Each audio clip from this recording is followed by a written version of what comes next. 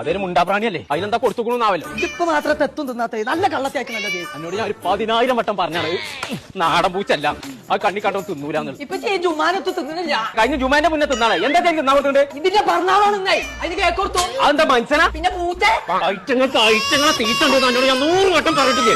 എന്തൊക്കെ കൊടുത്തു നല്ല മീൻകാലം വന്ന് 10 കിലോ മീൻ വാങ്ങി കൊടുത്തു, നിങ്ങളെ ചവർമ്മ കൊടുത്തു.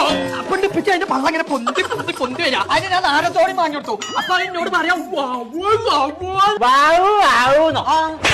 ബുദ്ധി ചെലർക്ക് മതി മതി എന്നാണ് പറയേണ്ടത്. എന്നിട്ട് പറ്റിക്കണേ അതിനകത്ത് ഒന്നും കൊണ്ടുപോകില്ല തിന്നണില്ല. എന്നോട് കെട്ടിക്കണുണ്ട്. അതിനോട് നിവൃത്തിയില്ലായിട്ടാണ് ഞാൻ തന്നെ കൊണ്ടുണ്ട്. മോളെ എന്താ പഠിച്ചത് തോന്നു? അതിന് അച്ചാറും വേണം തോന്നണ്ടേ. തലയാണ് ആവടാ ചില കാണിച്ച ആസ്പത്രി ഉണ്ട്.